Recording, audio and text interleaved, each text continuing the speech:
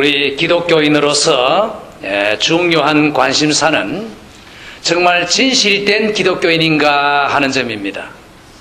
특별히 사회에서 거의 대부분이 교회하고 관련되어 있는 그러한 그 상황에서는 정말 이 교회에 나간다는 사실과 그리고 참된 기독교인과의 관계가 참 중요할 것이에요. 여러분이 전도를 하시면은 특별히 우리 이제 한인 사회에서 사실 사람들이 제한되어 있습니다. 그리고 예수를 증거하면은 나는 교회에 이미 나갑니다. 또 어느 교회에 나갑니다.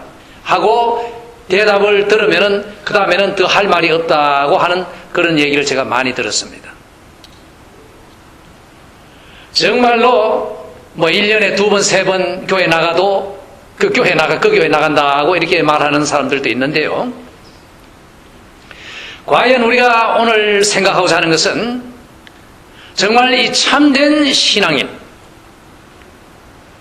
내 주변의 사람들이 교회를 나간다고 말하지만은 그 사람들이 정말 예수를 믿는 구원받은 성도인가 하는데 우리의 관심이 있습니다. 또한 동시에 우리 자신도 내가 진정으로 예수를 믿는 참된 교인인가?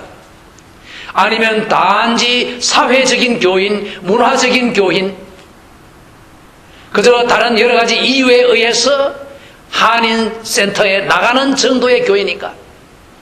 아니면 나는 진실된 예수 그리스도를 믿고 구원받은 교인인가 하고 물어볼 필요가 있습니다.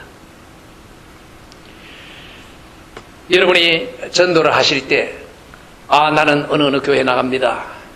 그러니 더 괴롭게 하지 마십시오 하는 인상을 줄 때 이제 우리가 참 그분이 정말로 참교인인가 아닌가를 알아보는 그 질문을 제가 드리겠어요. 먼저 첫 번째 질문은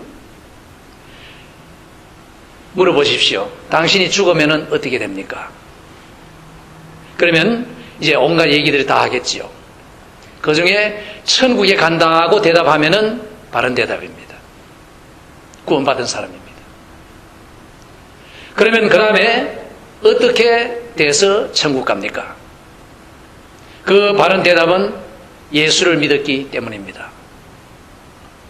그 대답 이외에는 다 올바른 대답이 아닙니다. 그러면은 이것은 제가 지금 여러분에게 말씀드리는 첫 번째 질문인데요.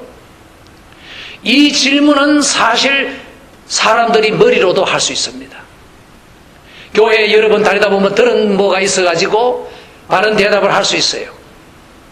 그러나 과연 그것이 정말로 그 사람이 참된 교인이라는 보증을 해줄 수 있는가?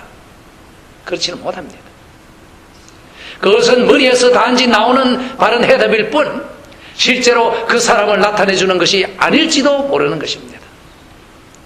동시에 그 사람은 자기 스스로에게 속고 있는지도 모릅니다. 나는 구원받아 천국 가는 사람이라고. 따라서 저는 두 번째 질문을 여러분에게 제시해 드리겠습니다. 당신이 어느 교회에 나간다고 했는데 왜 그 교회를 나갑니까? 하고 물어보라는 것입니다. 물론 여러 가지의 얘기가 있겠지만 결국 초점을 이렇게 맞추십시오. 당신은 당신을 섬기는 사람입니까? 예수를 섬기는 사람입니까? 당신이 그 교회를 나가는 이유가 당신의 만족을 위해서입니까? 아니면 예수를 섬기기 위해서 나갑니까?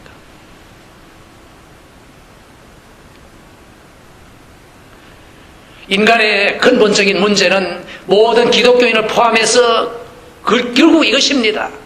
나를 섬기느냐, 하나님을 섬기느냐. 누가 나의 삶의 주인이냐? 나를 섬기느냐, 예수를 섬기느냐. 예수를 섬기는 것은 그 하나님을 섬기는 것입니다. 둘 중에 어느 쪽입니까? 신학적으로 우리는 말합니다. 잘 압니다. 사람은 구원받는 것은 오직 예수 그리스도를 믿음으로 구원받는다. 맞습니다. 그러나 사람이 진정으로 구원받는 믿음이 있을 때는 그것은 그 사람의 삶을 통해 무엇인가를 나타내게 되어 있습니다. 무언가 증거가 밖으로 나타나게 되어 있습니다. 따라서 이 증거가 없을 때 정말 안에 믿음이 있는가 없는가 자신에게도 물어볼 필요가 있는 것입니다. 특별히 기독교인이라고 하면서 교회 생활한다고 하면서 열심히 일하면서 예수를 섬기는 것이 아니라 자신을 섬기는 것이 계속될 때는 그 사람이 처음부터 제대로 믿음이 있는가 하고 검사를 해볼 필요가 있는 것입니다.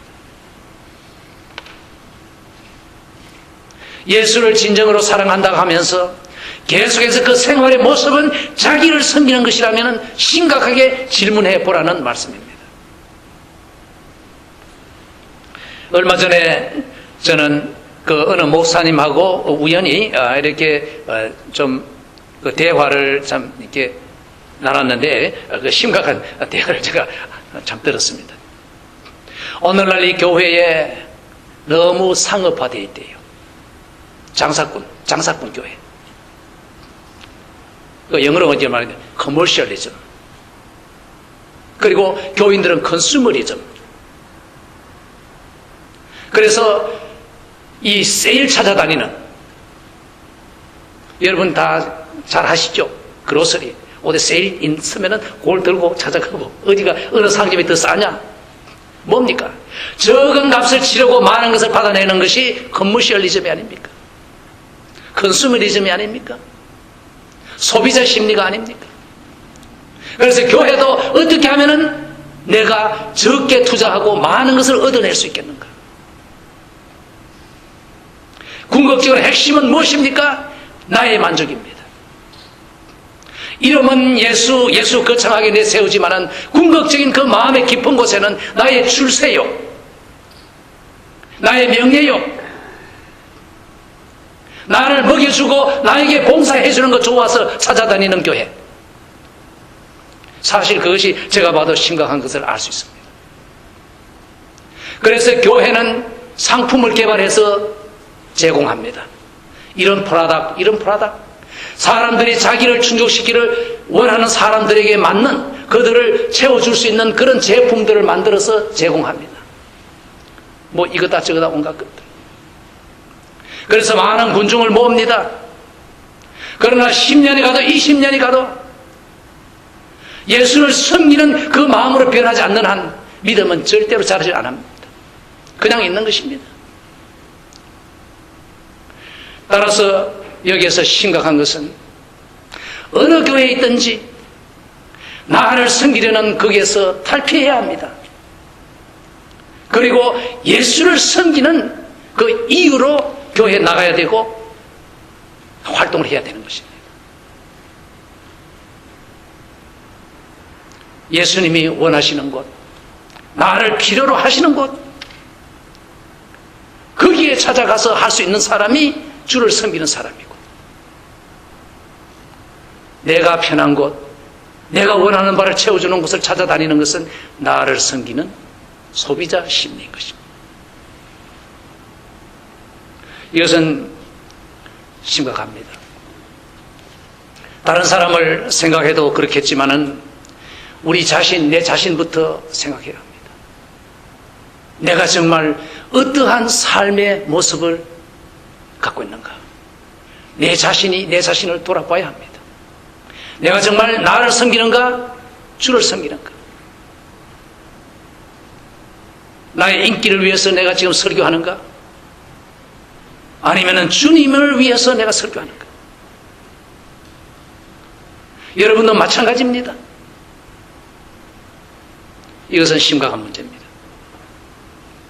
그래서 우리는 다시 한번 사도 바울이 말한 대로 고린도후서 13장 5절의 말씀, 너희가 믿음에 있는가 너희 자신을 시험하고 너희 자신을 확정하라, 이렇게 말합니다. 예수 그리스도께서 너희 안에 계신 줄을 너희가 스스로 알지 못하느냐? 그렇지 않으면 너희가 버리운 자니라. 당신이 죽으면 천국 갑니까? 예, 천국 갑니다 하는 그런 말 가지고 안 된다는 것입니다.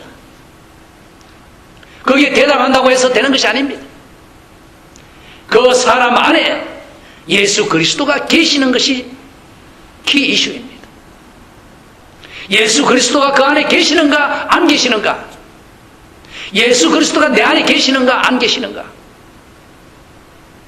이것이 중요한 것이지 머리로 몇 가지 대답한다고 해결되는 것이 아닙니다.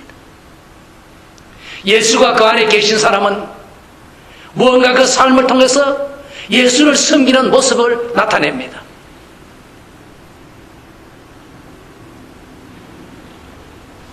성도 여러분, 우리 자신을 다시 한번 살펴봅시다. 혹시 내가 주여 주여 하고 10년, 20년을 주여 주여 했지만 내가 나를 섬기는 사람이었는가? 아니면 주를 섬기는 사람이었는가? 우리는 많은 이야기를 듣습니다. 교회에서 피아노 반주를 하고 독창을 하고 교회 활발하게 움직인 그런 사람이 훗날 어느 날 고백합니다. 나는 지금까지 구원받은 사람이 아니었다고. 그래서 그때 예수를 참으로 영접하고 참신자가 되었다 하는 간증을 많이 듣습니다. 심지어는 목사들도 마찬가지입니다. 내가 목회를 하고 굉장히 성공적인 목회를 했는데 그러나 깨달은 것은 내가 구원받은 사람이 아니었다는 사실. 예수도 모르면서 목회를 했다는 거예요. 그러나 어느 날 진정으로 자기 마음을 예수님 앞에 드리고 예수님을 영접하고 새로운 사람이 되었다는 거예요. 이런 간증을 많이 듣습니다. 여러분, 교회가 정말로 때로는 예수를 만나기에 아주 어려운 곳이 될 수도 있습니다. 그래서 우리는 이 사도 바울의 말에 다시 한번 참 관심을 가지고 우리 자신을 다시 한번 점검하면서 예수님이 내 안에 계시면 내가 정말 예수님을 위해 사는가? 아니면 아직도 나는 내 자신에게 속고 있는가? 기독교인이라고 내 스스로 믿었지만은 실제로 나는 아니었던가? 우리가 자신을 시험하고 내가 예수 그리스도인이라는 것을 확증하는 이러한 시간이 꼭 필요한 것입니다. 이 사도행전 26장에서는 사도 바울이 자신의 그 구원받은 그 간증과 그리고 예수님께로부터 받은 사명과 그 사명에 대해서 자기가 어떻게 하며 살아왔다 하는 그 말을 하고 있습니다.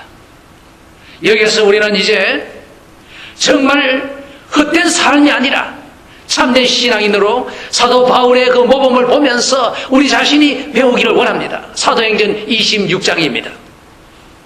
그 26장의 배경은 이렇습니다.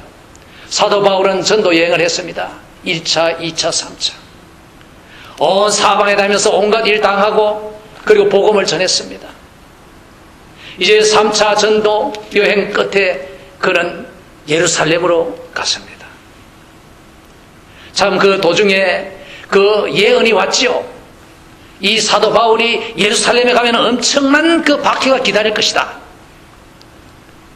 그래서 주변 사람들은 사도 바울 보고 가지 마십시오, 가지 마십시오. 그런데 사도 바울의 마음에는 또 가고 싶은 충동이 있었습니다. 그래서 하나님께서 제가 생각하기는 이끄신 것으로 압니다.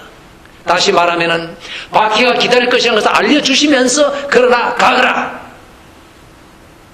사도 바울은 갔습니다.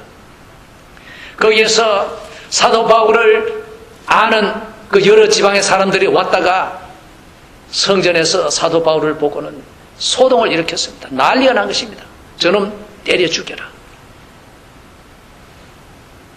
하도 심하게 소동이 나니까 로마 군인들이 동원됐습니다. 어떻게 됐느냐? 난리가 나는 것이냐? 어떻게 된 것이냐? 그래서 일단 잡아서 사정을 알기 위해서 체포했습니다. 여러 가지 사연 끝에 2년이나 가이사라에 부검이 되어 있었습니다. 총독이 불러서 여러 가지 의논도 하고 돈도 좀 받을까 하고 뭐 살살 하고 그 사이에 유대인 지도자들은 바울을 없애려고 여러 가지의 고소도 하고 또 암살 음모도 했습니다. 이제 2년 후에 새 총독이 왔습니다.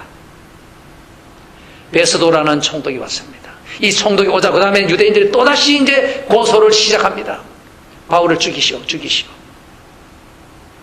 그래서 이 가이사라에서 참 이 바울을 재판을 할 것인가. 그런데 유대인들이 책략을 씁니다. 바울을 예루살렘으로 데려와서 예루살렘에서 재판합시다. 왜 그러냐 하면은 그 예루살렘으로 오는 길에 이제 무장괴한들을 잠복시켰다가 바울을 죽이자는 것입니다. 암살하자는 것이. 그 계획을 벌써 바울은 잘 압니다. 그런데 가만히 분위기 돌아가는 거 보니까 총독도 이 유대인들을 잘 해서 자기가 그저 정치를 편하게 하면 되는 거지, 바울 한 사람 살린다고 뭐 큰 이득이 없을 것 같으니까 아마 그쪽을 기우는 것 같은 그런 낌새가 있었어요. 다시 말하면은 바울은 생명의 위협을 느낀 것입니다. 군인들을 호송해서 가는 척 하다가 군인들은 비켜주고 그 암살조들이 달려들어서 바울을 죽이도록 하는 그 쉬운 일이죠. 그래서 사도 바울이 자기의 로마 시민권을 사용하여 나는 황제에게 호소합니다. 나는 황제에게 가서 재판을 받겠습니다. 그렇게 되면 어떻게 됩니까? 이 총독이 바울을 보호해서 로마까지 보내줘야 되는 것입니다. 그래서 사도 바울은 죄수의 몸으로 로마로 가게 됩니다. 그 전에 이제 이 신문, 오늘 말하는 청문회 같은 것이 이제 열렸습니다. 도대체 뭐가 어떻게 된 것이냐? 그래서 이 베스도 총독과 아그리파 왕과 그리고 문무 그 고관들이 다 모인 가운데 바울을 앞에 세워놓고 이제 신문을 한 것입니다. 거기에서 바울이 나는 누구며 나는 무엇 때문에 지금 이 문제에 있으며 그리고 내가 전하는 이 메시지가 뭐냐 하는 것을 분명하게 밝히고 있습니다. 말하자면 바울이 법을 공부한 사람입니다. 그 변호를 하고 있는 것, 자기 변호를 하는 것입니다. 먼저 그는 자기의 배경에 대해서 말합니다. 자기가 어떻게 살았느냐, 자기는 아주 엄격한 바리새인으로 교육받고 성장했다, 예루살렘에서. 그리고 많은 사람들 다 안다, 그걸 말합니다. 두 번째로 자기가 지금 이렇게 법적으로 문제가 된 것은 단 하나, 그것은 부활 때문이다. 부활 때문에 내가 이렇게 어려움을 당하는 것이다. 세 번째로 계속합니다. 나는 엄청난 교회의 박해자요, 그리고 예수 그리스도의 반대자였다. 그래서 적당히 반대하는 것이 아니라 악착같이 교인들을 박해하고 죽이는 데 가담하고 잡아 끌어오는 데 가담한 적극적인 교회의 박해자였다 하고 자기 자신을 말합니다. 이어서 사도 바울은 말합니다. 자기가 어떻게 구원받았는가를.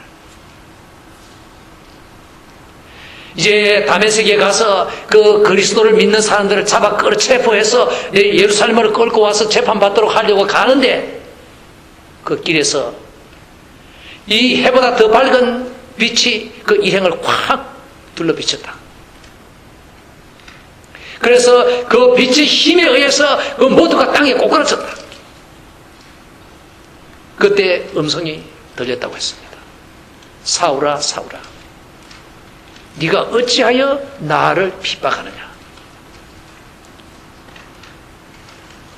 주여, 누구시옵니까? 나는 네가 핍박하는 예수다. 이렇게 바울이 예수님을 만난 것입니다. 아니, 부활하신 예수님이 바울을 만나주신 것입니다.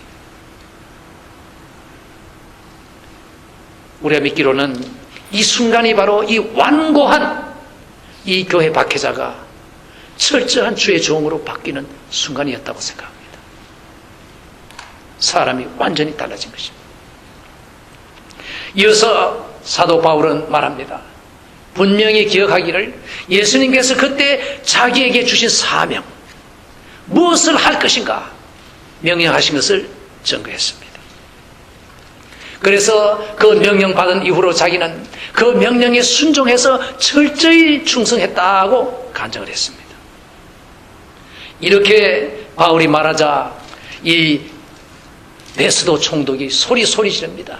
바울아, 네가 미쳤구나. 이 공부를 많이 하더니 학문이 너로 미치게 했구나. 뭐 죽은 사람이 살아? 뭐 이랬겠죠. 그 다음에 아그리파 왕도 네가 작은 몇 마디 말로 나를 그리스도인이 되게 하는도다. 그래가지고는 안 되지 하는 이전 거절의 말을 했습니다. 뭐 전형적으로 우리가 전도하면 사람들이 하는 반응이 그렇지요. 예. 너 미쳤구나.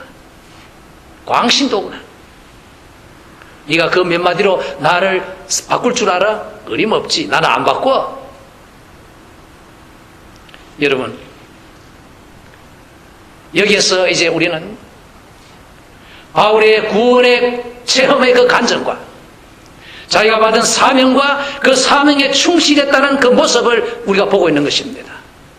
아, 이것은 2000여 년 전에 살았던 어떤 사람의 얘기지, 나와는 관계없는 얘기지 하시면은 곤란합니다. 여러분 자신을 여기에서 발견하십시오. 사도 바울과 여러분의 그 공통점이 무엇입니까? 여러분의 구원의 체험이 있습니까? 그것을 다른 사람에게 말해줄 수 있습니까? 예수님이 여러분에게 주신 사명은 무엇일까요?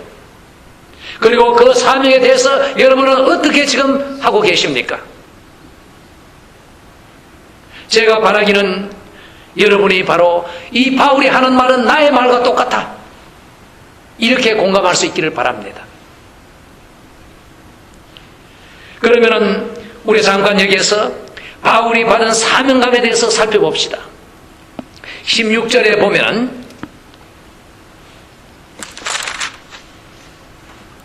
일어나 내 발로 서라. 내가 내게 나타난 것은 곧 네가 나를 본 일과 장차 내가 내게 나타날 일에 너로 사환과 정인을 삼으려 함이니 이랬습니다. 너를 나의 사환과 정인으로 삼겠다. 뭡니까? 나의 심부름꾼, 나의 종으로 삼겠다.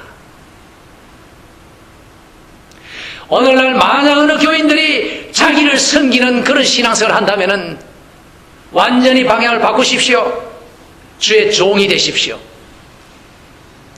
내가 임금이 되고 나를 섬기기 위해서 예수를 부르는 그런 사람들이라면 방향을 완전히 바꾸십시오. 예수의 사환과 정인이 되십시오. 종이 되셔야 합니다. 교회에서도 내가 보스같이, 권력자같이 행사하는 사람들 지금 당장 바꾸십시오. 그래서 주의 종과 정인이 되라.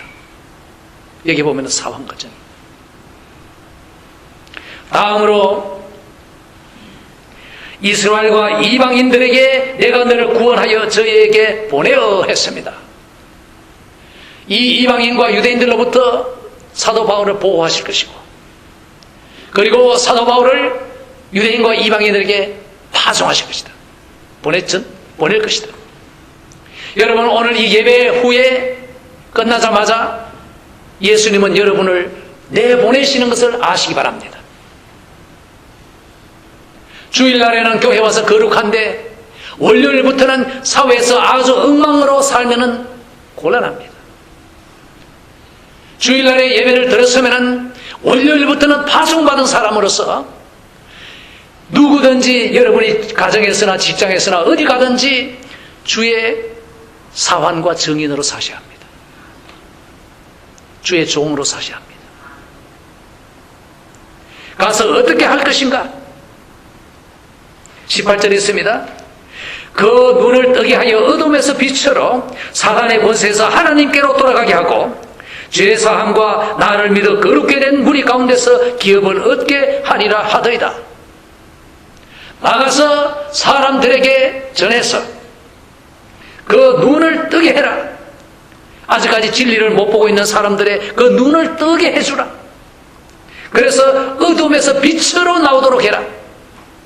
세상 사람들은 다 죄 가운데 있고 어두운 가운데 있습니다. 예수를 모르는 사람은 다 밤에 캄캄한 데 있는 것입니다. 그들이 예수 앞으로 나오도록 해주라. 그리고 사단의 권세에서 하나님께로 돌아가게 해라.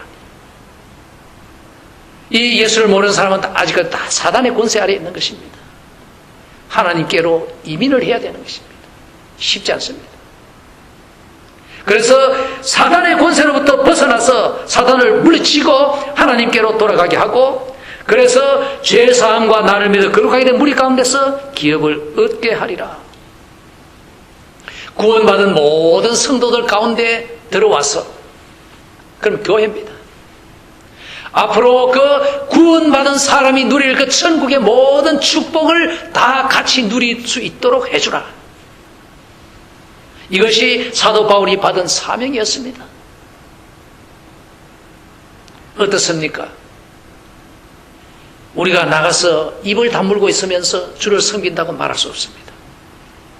여러분이 전도 안 하면서 주를 섬긴다고 말할 수 없습니다. 여러분 안에 예수님이 계시면 여러분은 전도를 반드시 하셔야 합니다. 그게 순종입니다. 이 사도 바울은 말했습니다. 아그리파 왕이여, 그러므로 하늘에서 보이신 것은 내가 거스리지 아니하고 다메섹과 예루살렘과 또 사랑 온 여러 곳에 전도를 했다고 말한 것입니다. 거스리지 않았다. 여러분, 오늘 지금 사도 바울이 받은 이 사명에서 하나님이 여러분에게 주시는 사명으로 받으시겠습니까? 받으셔야 합니다. 이것은 바로 나에게 하시는 명령이구나. 예수님은 나를 보내시는구나. 그리고 내가 가서 해야 할 일이 바로 이것이구나. 여러분, 교회를 떠나서 집으로 가시든지 내일부터 무엇을 하시든지 만나는 사람마다 이 전도의 대상이라는 것을 아십시오. 그래서 오늘날 이 상업화된 정신으로 그저 장사하는 그 원리로 참 자기의 이익을 위해서 자기를 섬기기 위해 찾아다니는 사람들에게 그들을 예수 믿는 사람으로 변화되도록 도와주는 것, 이끌어주는 것, 그것이 여러분의 사명인 것을 아시기 바랍니다.